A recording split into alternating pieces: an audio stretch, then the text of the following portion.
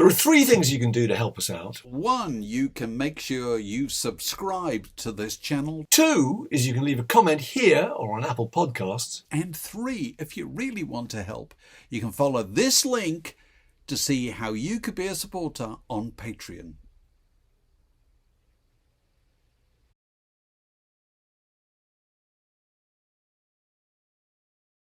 It's traditional on podcasts that people say they're so excited to see their next guest, which is usually a way of oiling their way into the favors of somebody famous and celebrated. But that's not the case. I'm genuinely excited to talk to our next guest. Me too. Eamonn Forde, old friend of the podcast. Hello, Eamonn. How are you doing? Hello, both. I hope you're all well, keeping well. We're fine. We've all got facial fuzz during the last 18 months. Yeah, we're all. I think Mark wins, though. He's much more. Well, that's because I became a grandfather, so I'm trying to look the part. Oh, yeah. Right, okay. You look like you've been writing a new album with Bon Iver in the woods somewhere. That's right. It's exactly what I'm aiming for. Perfect. Yeah, it's the log cabin in Portland, you know. Anyway. Lovely to see you.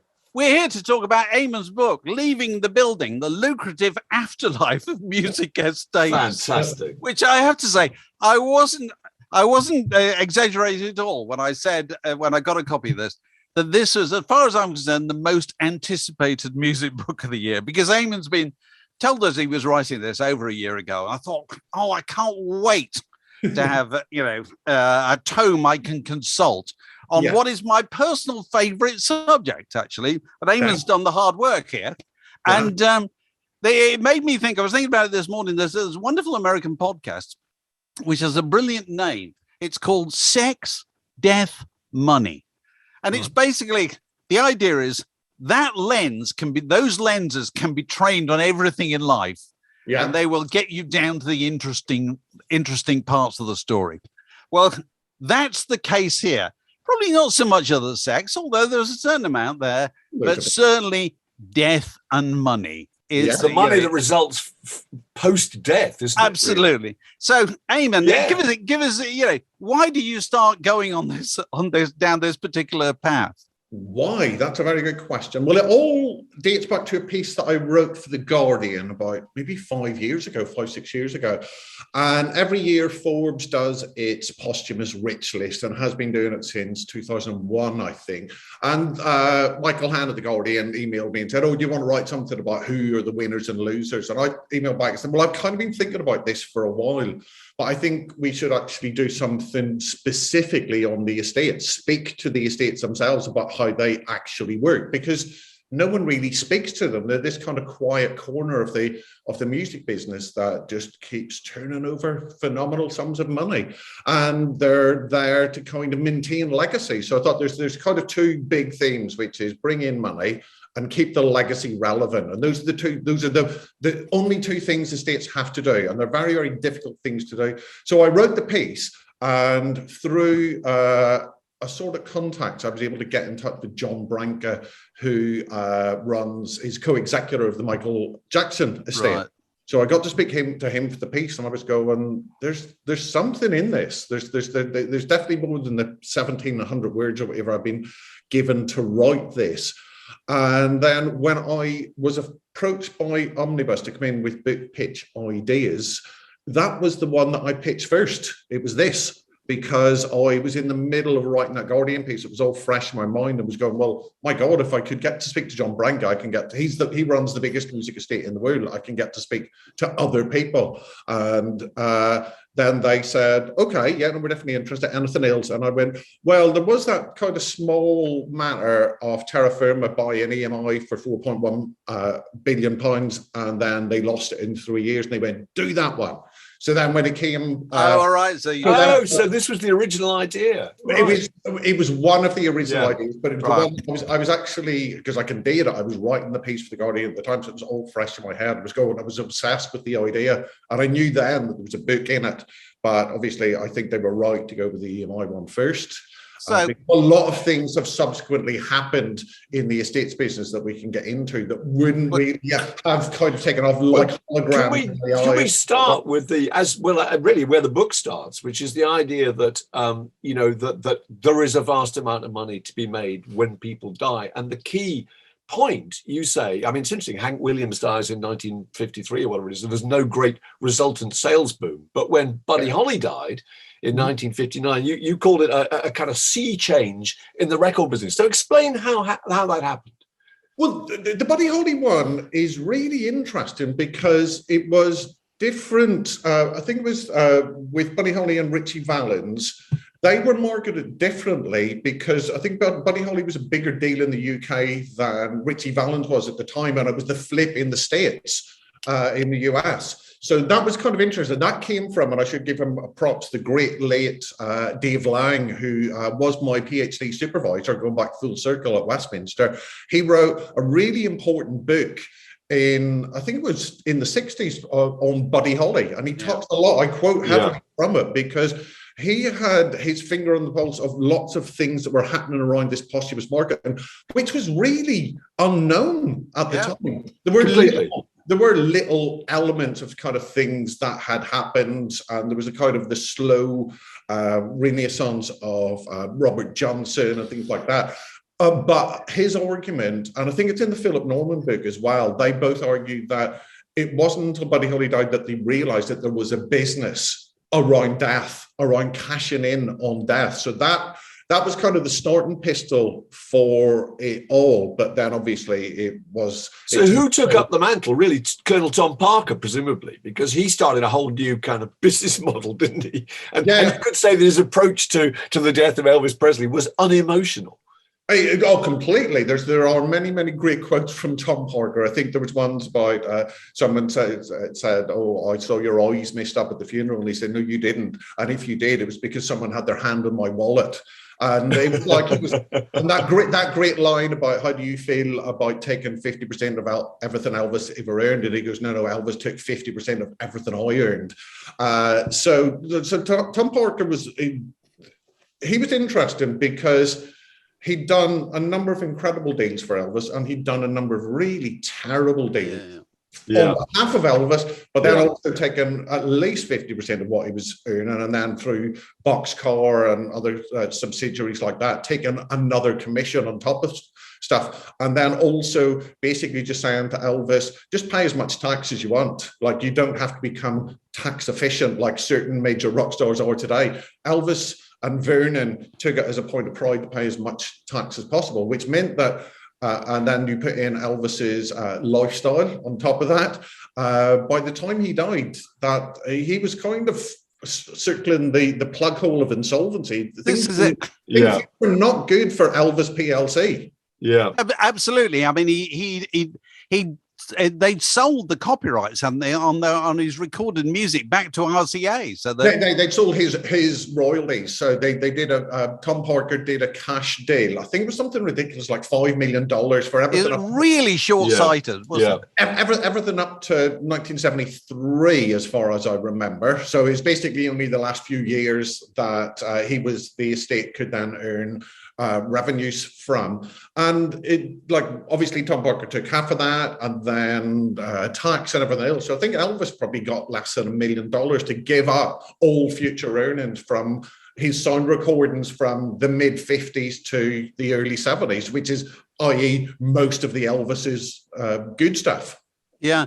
So what's the great lesson from the story of Elvis Presley and what subsequently happened with his legacy and the commercial exploitation of his legacy? Well, the great legacy is obviously don't have a manager who takes 50% of what you earn. That's a given these days. But Elvis is such a big figure all through this book, and that's why, well, there are many reasons why it's called Leaving the Building, but I wanted to kind of, and there's a kind of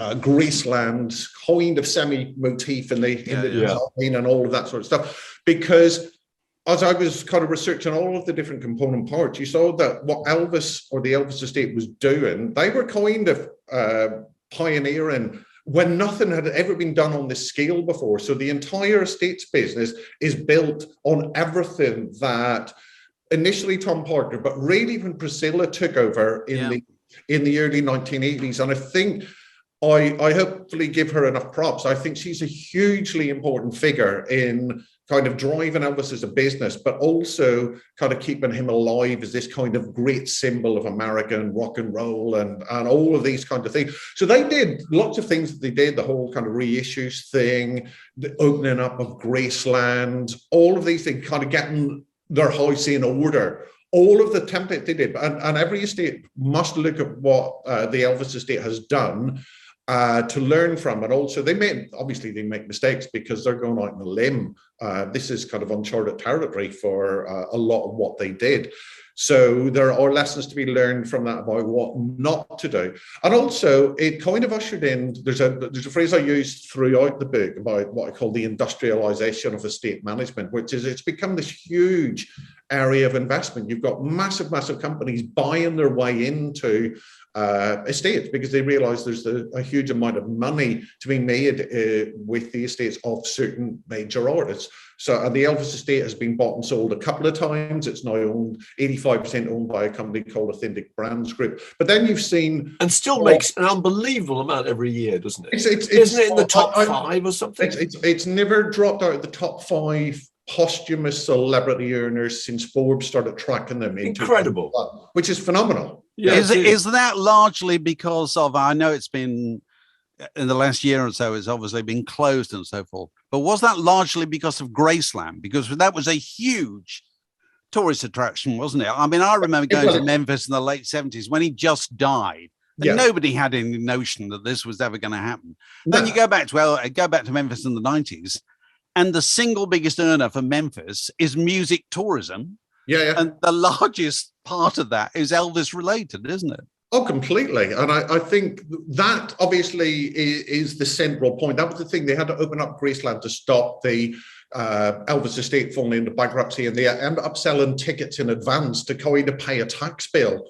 But everything that happens around Elvis spins off from Graceland. I think the quote they always use is, it's the second most visited house in America after the White House. It's a huge kind of cultural location. And I talk later in the book about the importance of places where people can go. So you've got Paisley Park that's opened up. You've obviously got that Handel Hendricks house. And people, fans, do this.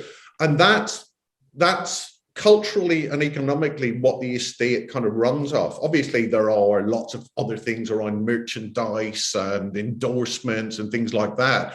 But the engine drive and everything, the thing that saved the Elvis estate and the thing that continues to drive it is Graceland. I think that's why it's such an important symbol of everything that estate has done. And so it could be that the most profitable part of somebody's legacy is not necessarily music.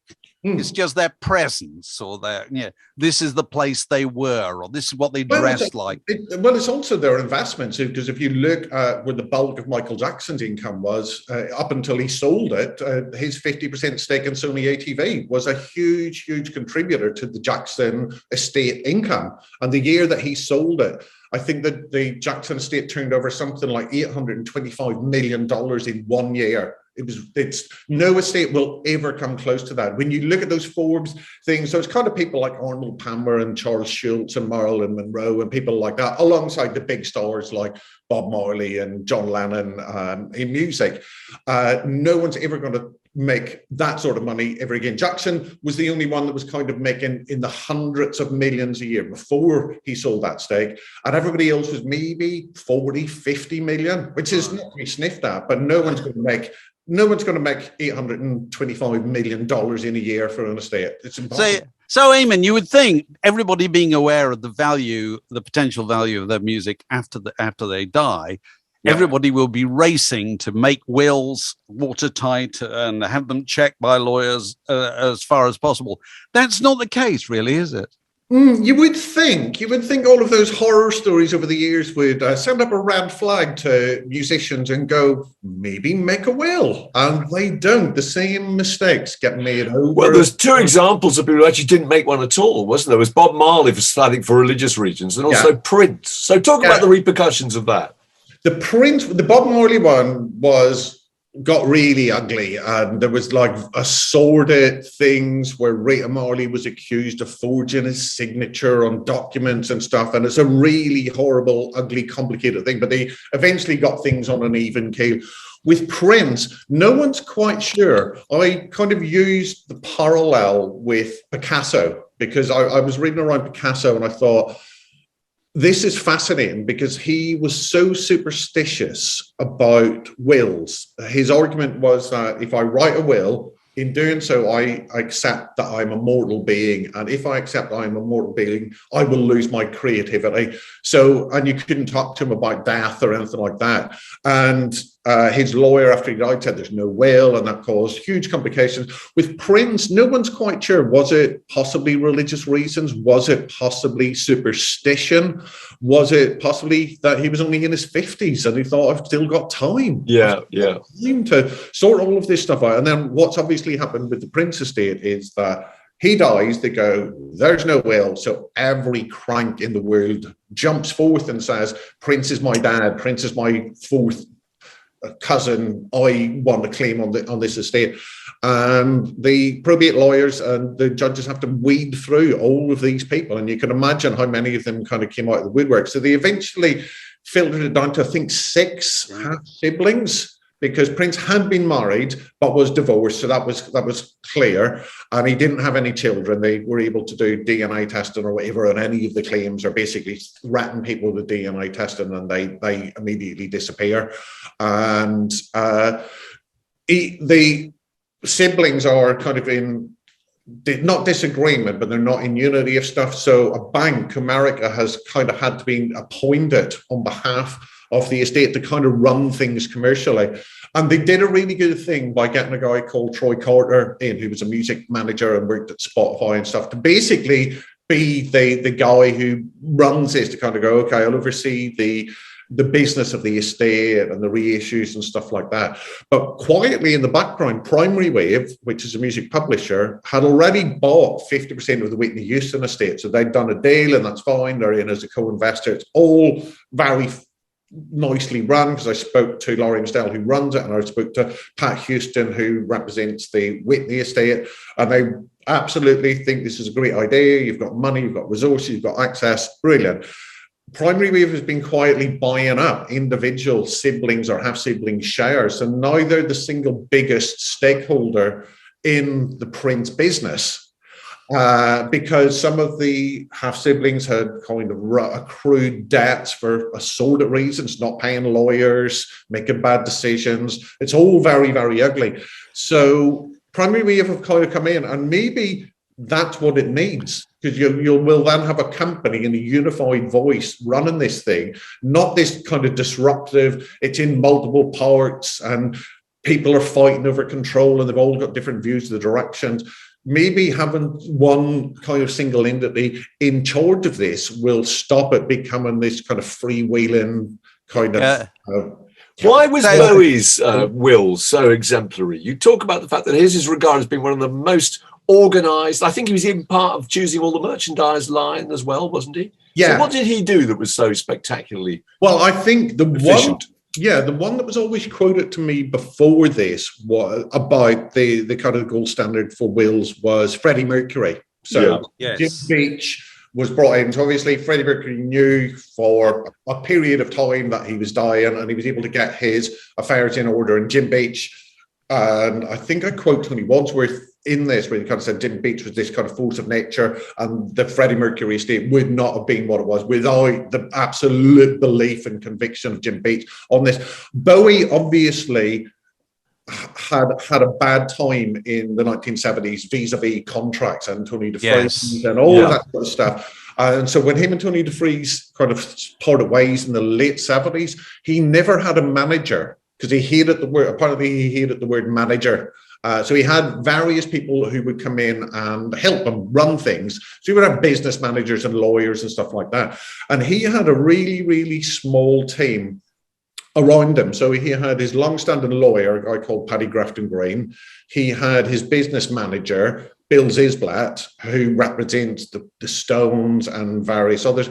And then there's a guy who was a part of Fundance now, Warner, who was basically in charge of his catalogue. So he had this kind of core team of 3 people. And they're still kind of the core team because they work with Bowie for decades. They know him intimately. They've talked to him about kind of future plans, all of that sort of stuff. And Bowie realised that I was screwed over in my lifetime through various deals, or I feel I was screwed over. I'm not going to leave that situation for my children. So he wrote this really precise, apparently, I haven't seen it, but everyone I know who's kind of even had peripheral dealings with it said it was kind of precision tooled to cover off every eventuality so that everything is there. So he has 2 children. So he has Duncan, with Andy, and then he has a daughter with Eamonn. So I believe, as it stands, that it's split 3 ways. So there's the 2 children and Eamonn, and then when Eamonn dies, her share is split 50-50 between the 2 children. Yeah. Okay. So he thought through all of the different iterations of what could happen, what couldn't happen. So the 2 things was he had careful planning with the will, but also he put a team around him, which isn't new because I mentioned in the book around Vladimir Horowitz. He had this core team of people who would approve anything for reissue. So it was his old label head, one of his students, and they kind of say yes or no to reissues. So that's not a new idea, but I think just having everything so watertight with both. Because I suppose that's one of the things that fascinates me is that when these people die, somebody has to be them. Somebody has to kind of carry on. Yeah. Somebody has to pick up the phone and be the representative on Earth of David Bowie or the Beatles or whoever. You know, Neil Aspinall was classically, he was the Beatles, wasn't he? You need these people who kind of worked very, very closely with you, which was, there was great serendipity where John Branca was brought back into the Michael Jackson world only about 10 days before Jackson died. Oh, really? Yeah, because he'd kind of been removed for a bit, and then comeback shows, Branca was brought back in, and Branca obviously had worked with him through the 80s and most of the 90s, so kind of innately understood what could and should be doing. And they all say we're not acting on behalf of the artist, but they're informed by what the artist would do. But Jeff Jumple is a really interesting character. He runs Jam Inc., and he represents, he doesn't own, he works on behalf of the estates of like Jim Morrison and Janis Joplin. He works with the Ramones, all of that sort of stuff. And he always says that he wants to sit down with living artists and do a kind of user's manual for what happens after they die. You go, okay, do you want this? Do you want this? Do you want this? And they just have a tick box. And then when they die, that just goes, that's a document that sits alongside the will and goes, I am happy for you to read my archives and put out anything that is vaguely listenable. I will absolutely not want to be turned into a hologram. I don't want my I don't want my name or image associated with companies that deal in petrochemicals or meat products or whatever. So you just write. So he said he's got a list of questions and he goes, will you do this? Will you do this? And you go, yes. But the problem is that artists don't want to sit down and talk about this stuff. No. And Bill Zisblatt talked about that. He said, like, it's really hard to get artists to sit down and concentrate on this, because 2 things about artists, they always say they hate to look backwards. It's always about the future, but they don't want to think it's about the future without them in it. So there's this weird kind of disconnect where it's almost a denial of the past and a refusal to accept the afterlife, but getting everything together from the past is what you need to kind of define your legacy in the afterlife. And it's a horrible thing. It's like there's lots of stats out there about how few people have wills or trusts or anything set up. But one lawyer I did speak to, who was Aretha Franklin's lawyer, had said you need to set up a trust, because that's very different from a will, because within that you can make very, very clear things. The will is about apportioning up who gets what, but the trust is more about what they can do with that. So that's probably the best thing that someone can do. But like lots of artists, like anybody talking about death and what happened to their assets afterwards, everybody gets a bit squeamish about it. It's just they have more things to be squeamish about, and there's more money in the balance because of that. Is it? It seems to be the case that there's kind of two groups of people who are interested parties, particularly interested parties when these people die.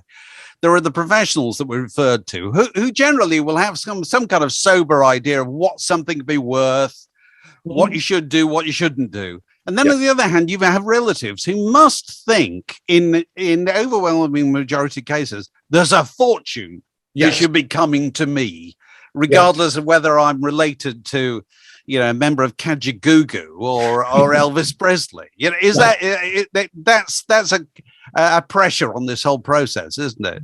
Yeah, that what you really need, and kind of the argument I take is that you need both people there. You've got the family who are the moral, ethical check, and then you've got the business manager who is the business check, because sometimes family members make really bad decisions. They overvalue stuff, or they massively undervalue stuff.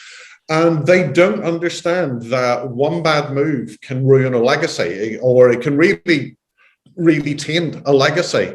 And I think a really good example of someone who coexists is Pat Houston, who was Whitney Houston's sister-in-law, but was her manager as well. So it's got the family connection, but has also got the business connection as well. I think you need both, but obviously that comes with a cost, because there's another person on the payroll. The problem is for kind of smaller sports where it's not a full-time job. And I talk a lot about a lot of big estates, and I also talk about a lot of small estates, and many of them are not full-time jobs. I spoke to Celeste Bell, who's Polystyrene's daughter, runs her estate, Jemima Jury, who runs Ian Jury's estate, and they've got full-time jobs as well. So this is something that they're doing on the side. So a lot of these estates are not enough to kind of justify 3 or 4 people on the payroll. But if you're a big estate where there's a lot of money, having someone in there who can make those hard business decisions, but also say that's a really stupid idea. But also you need the checks and balances of the family members to go, oh, well, I reckon that they would have absolutely loved to do a Burger King ad. And they go, well, they were a lifelong vegetarian. Why would they? So it's even like that's a really kind of simple. There's one really interesting example. There's so many good examples. There's some amazing stuff about how they changed the kind of reputation and the understanding of who Johnny Cash was after he died. But on a smaller scale, Nick Drake is a really interesting story, I think, because when Nick Drake died, he wasn't. I mean, he wasn't very well known. He was just a fairly quite marginal cult figure, and is now an international reputation. So how did I think it was his mother and his sister broadly who were in charge of it. How did they achieve that?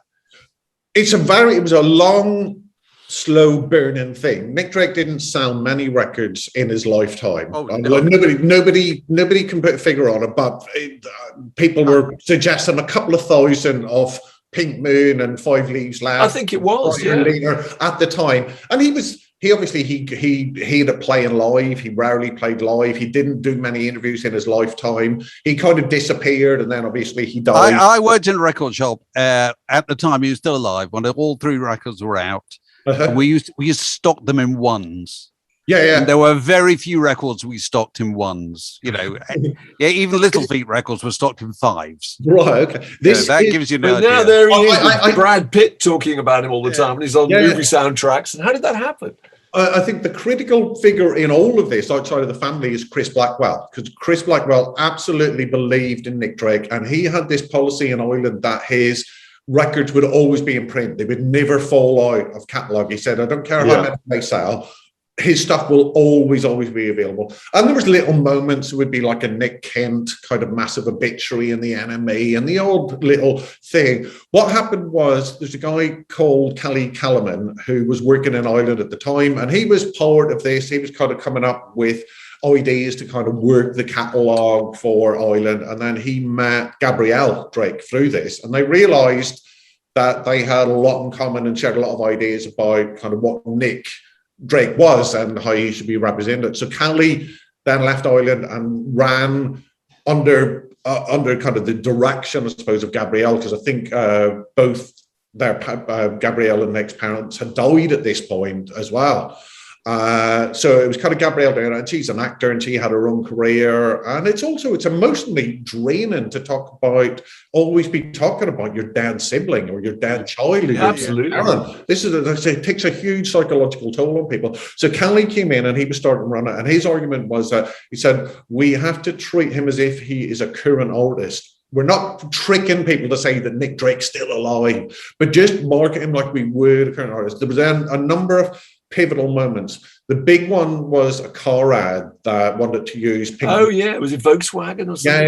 Yeah. And it nearly didn't make the cut. They had a few other songs kind of in the running. I think it was the Icicle Works and somebody else. And it's not the most obvious music that you would choose to advertise a car. And that was really big. And then it turns out that Brad Pitt and Jennifer Aniston were massive Nick Drake fans. I haven't quite got the full story of it, but I think, from my understanding of it, was Jennifer Aniston was the Nick Drake fan and she introduced Brad Pitt to Nick Drake. Yeah. And they had an old documentary, a Radio 4 documentary. And then they said, okay, we'll get someone in to narrate it. And it turns out that Brad Pitt and Jennifer Aniston had Nick Drake's music played at their wedding in Malibu or wherever it was that Hollywood celebrities get married. So then the original story was, I believe that Jennifer Aniston was going to narrate this documentary. But then they went, oh, let's get Brad Pitt in, because I think he was probably a bigger star at the time. And also, there was probably a slightly misogynistic subtext that what would a woman know about the music of Nick Drake, which is obviously ludicrous. But for whatever reason, Brad Pitt did it. So those were kind of two flashpoint moments. And then you obviously had loads and loads of musicians just talking about absolutely. He was this name to reference. So it's a drip process, isn't it? It wasn't. They're not like today, like an influencer being paid to mention Nick Drake. No. These are people who genuinely love Nick Drake and his music. So there would be the odd quote would go. This is key. This is key in managing all these things, isn't it? You know, because now it's. The Nick Drake thing, it still goes on, but it's quite a small business. But then you've got bigger businesses looking at bigger names and bigger brands. And they're still taking the same attitude, aren't they? Which is, it's drip. You've got to leave it for a long while, and then you do something, and then you don't do anything for a while. They're timing their activities, aren't they? Yeah, but increasingly, because of social media, they've just got to increase the acceleration here as well. Because in those days, if you're marketing outlets where you got a sync deal or a documentary or there's an anniversary or there's a little moment that you can kind of aim for, but with social media and the algorithms, you have to feed them constantly. Oh, really? So I spoke to a company, it was a division of Jam Inc. called Spellbound, and the woman who runs that, Alicia Yaffe, now does a lot of that for Warner in America. But they were running social media for Jim Morrison and Janis Joplin and stuff like that. Oh yeah, and it was all Janis Joplin was all about kind of weight issues, wasn't it? Oh, that was Mama Cass. They were Mama Cass, that's right. Yeah, they were able to kind of go, oh well, everybody's talking about body positivity and Lizzo and people like that, and Mama Cass was this kind of Lord's. No, that's right. Yeah. So it gives you a new window into how you might market it. But they also need a way to connect with younger audiences as well. Because if you've got like an 18-year-old going, "Who's Mama Cass? The mamas and papas? Who are they?" That's like stuff my grandparents like, or great grandparents like,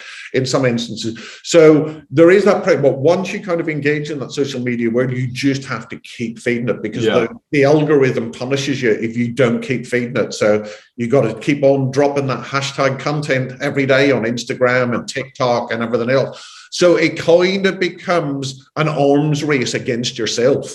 So there's only so much stuff. I think Alicia Yaffe told me about the Jim Morrison Instagram account or whatever, and it's just only quotes from him. So it's from interviews that he did, or from his journals, or from his poetry, or from his lyrics. So they're not putting words on. And it's about, I can't remember who it was. It was somebody was telling me it might have been the Johnny Cash estate, and it was something. No, it wasn't Johnny Cash. It was some artist. And there was some records that they'd held, but then Justin Bieber had beaten at some Billboard album chart thing or whatever. And the official account of this artist, and I can't remember who it was, when, congratulations, Justin Bieber, you have now beaten my record or whatever. And you go, and this is from someone who died 40 years ago. You can't Beyond the grave. Like, so you have stuff like that, which is that's where it kind of becomes ridiculous. Yeah. But I think if you're just sticking with quotes from their lifetime that are not taken out of context, you can do stuff like that. So there might be a quote that chimes with a political issue. Yeah. So this artist was talking about this in 1967. You might be interested in hearing them. And unfortunately, people might see it as a bit grubby or whatever, but like, that's how are you going to hook people in and say, these artists are important, their legacies are important, their music's great. You need to find out about them. So they have to market these in the same way that you have to market a new Taylor Swift album or a Billie Eilish album or an Ed Sheeran album or whatever. We touched on trademarks before, but it's just such an interesting part of the book because, you know, I think most people just imagine that it's recording rights and it's composition rights, catalogs really, which is where the money is. Yeah. But you're implying that actually owning a trademark, i.e. owning the name of a group or the artist or a name of specific albums or whatever, can be more lucrative. So explain a bit more about that. I mean, it's a bit about I think Miles Davis being marketed to a new young audience because whiskey is really fashionable. They invent a brand of whiskey called Kind of Blue, you know, and a beer called Bitches Brew and all that kind of stuff. It's really interesting, I think. Yeah, that was the thing that I wasn't really aware of until I spoke to the lawyer who's a trademark specialist who works for the Miles Davis estate. And then I spoke to some other lawyers about this. And it's fascinating because all of the rights that we would normally associate with an artist are finite. There are copyright laws. There's obviously attempts to extend them or whatever. So in signed recordings in Europe, it's 70 years, and then it falls into the public domain. With publishing, it's life plus 70. In certain states, in America, the name, image, and likeness rights can default to the heir. Not every estate. That was a thing that's an important thing going back to what the Elvis estate changed, because the guy, Mark Rosler, I believe, was the person who helped draft a new law in certain states in America that allowed the family to take ownership of these name, image, and likeness rights. It doesn't apply. It's where the artist was domiciled predominantly. So California, it covers, but New York, for some reason, doesn't. So if you kind of did most of your work in New York, your name, image, and likeness rights don't default to your family or heirs. But there's a window on that. There's naturally a window on name, image, and likeness rights and recording rights. It's because the clock starts ticking when you release the recording. With publishing rights, the clock starts ticking the second the writer dies. That's when the window starts to kind of narrow. But with trademarks, they can, in theory, last forever. So you have to register them but you have to register them in particular territories and in particular categories. You can't just go, I have trademarked word in your ear. You can't do that. You have to say, I have a trademark word in your ear in the categories of podcasts and T-shirts and mugs and speaking events or whatever. You have to file a separate trademark for each of those. And it has to be a unique phrase or term, which is why you got to have like Kind of Blue or Bitches Brew or whatever. Like John McClane owns American Pie. Yes, that's right. So what does he do with that? How does he make money? That can obviously be used on merchandise, things like that. So but also you can control where it's used. It's also, as a lawyer beautifully explained this to me, he says, copyright is there to protect the creator. It gives them a period of earning before their work can be used or reused without them getting paid for it. Trademarks are there to protect the public. So if you're buying something from Heinz, for example, if you're buying Heinz tomato ketchup, you go, it's going to be a certain quality and this food will have met certain food standards and I can eat this. This is safe. So trademarks mean that it's official. That's basically all it is. So as long as you keep renewing that trademark, that can last forever. That's the one asset that can be passed down 10 generations, 20 generations, because all those other rights will eventually dissolve. But a trademark, as long as you keep it active, keep it working, it can last forever. So there's somebody who's... Also, one other thing, just on the trademark, which is important, and it's not just phrases as well, because the Miles Davis estate managed to trademark the silhouette of Miles Davis playing the trumpet. So you see that all the time. So they've got the trademark. And it's certain things, but they have to go and police this. It kind of becomes quite ugly where they have to go in and close down these fans who set up a little cafe, the Miles Davis Cafe, just because they love Miles Davis and they're not making much money. Because if they don't close that down, if, I don't know, Google comes in and starts to use that trademark, they go, oh, but you let that go. You set a precedent. You knew about that. You let that go. So you have to go. Unfortunately, I spoke to various estates people about this, and they just said, unfortunately, we've had to go and close down these kind of mom and pop operations and things like that, just because just had like, we know you're fans, but you can't do this because this is, it kind of screws our defense and ownership of the trademark. That's fascinating. That's the bit that bothers me most. I didn't really understand before I did all the research for this that the trademark is it has the most enduring. So the music's actually could be quite short-lived, really, in its relatively short-lived in its commercial. If you think if they had the foresight and if trademark law existed at the time, if Mozart or Beethoven's estate had kept the Mozart and Beethoven trademarks, that would be earning money for them. But those estates don't make anything from the composition because it's all the copyright stuff. So this is proper. This is kind of money that will keep going. But it also means that you've got a kind of quality control over the types of merchandise that go out, bearing the name of X artist or whatever. Yeah. So could it be said that Bob Dylan was very, very savvy and that he sold his personal archive, didn't he? I think in 2016. Yeah. Which was a lot of lyrics and old recordings and stuff. And then he sold his song catalogue for a giant amount. I can't remember, it was like 300 million or something. So that was pretty savvy because obviously the song catalogue is something that only has a finite amount of value. Well, yeah. Well, once Dylan dies, then the countdown clock begins. But I think Dylan's a really interesting example, and I think Paul McCartney is another parallel of artists who are really taking stock of their archive in their lifetime, getting absolutely everything in order. So it's not just this kind of lock up with everything in bin bags and you can't navigate your way through it. And Dylan beautifully has been a custodian of his outtakes in his lifetime as well, because when Dylan the bootleg series, how much does the bootleg series have left? Like, for example, if that in massive cutting edge box set it was everything he recorded, every studio outtake between 1965 and 1966 is out there. And they mine different eras and it kind of casts a spotlight on this part of his career and whatever. But he now knows the complete opposite of Prince, who'd obviously just squirreled everything away, never to be seen. Dylan's gone, I'm just going to put this out and I'm going to put it out on my terms and I will approve absolutely everything, which is a really good way to do it. But then that leaves the Dylan estate kind of in dry dock when he dies. He's kind of like, what? Yeah. He sold everything. So in your you were completely immersed in this whole subject for a year or so.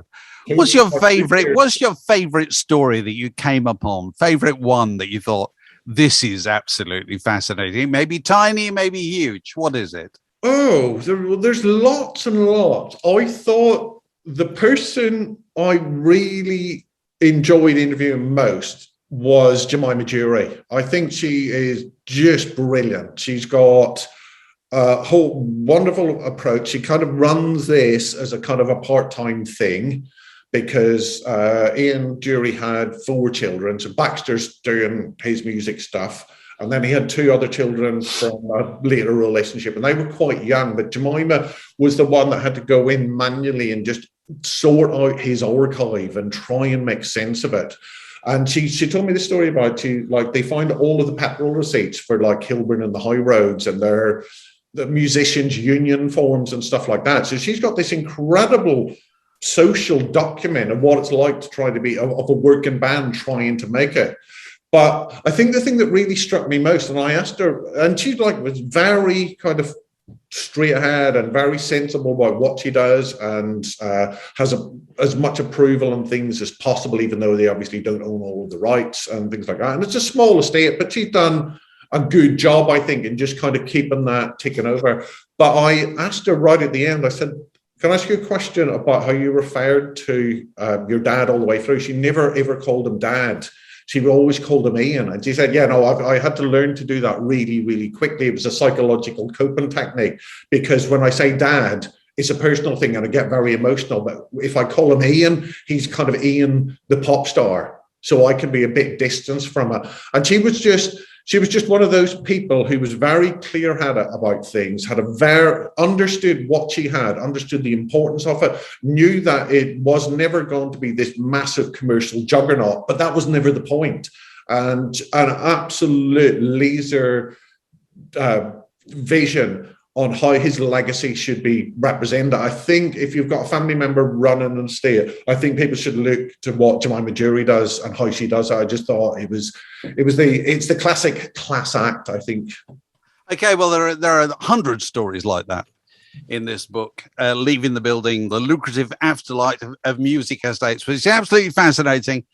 And apart from anything else, you'll enjoy reading it, and you will go away more and more intent than ever on making a proper will yourself, won't you, Eamonn? Have you done that? I do. I don't have many assets, but yes. Yeah, you can have 100% of nothing. That's all I have.